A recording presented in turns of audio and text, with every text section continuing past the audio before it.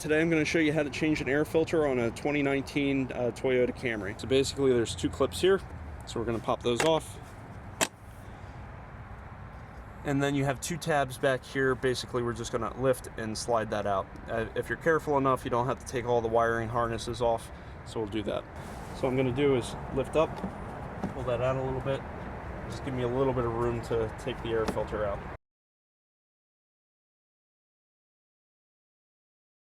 Just take the air filter out. I like to just take a look at this. This one doesn't really seem that dirty, so I'm not going to replace it right now, but it is a good idea to replace these every 15,000 miles or every year. I'll put a link in the description below for a replacement part. So I'm going to take this, I'm going to just put it back in. So effectively the air comes through here, out through the top, goes through here into your engine compartment. So it just keeps all the dirt out of the engine.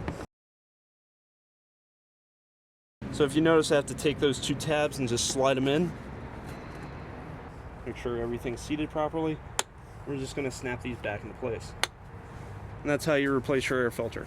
Thank you for watching. Please subscribe. Have a great day.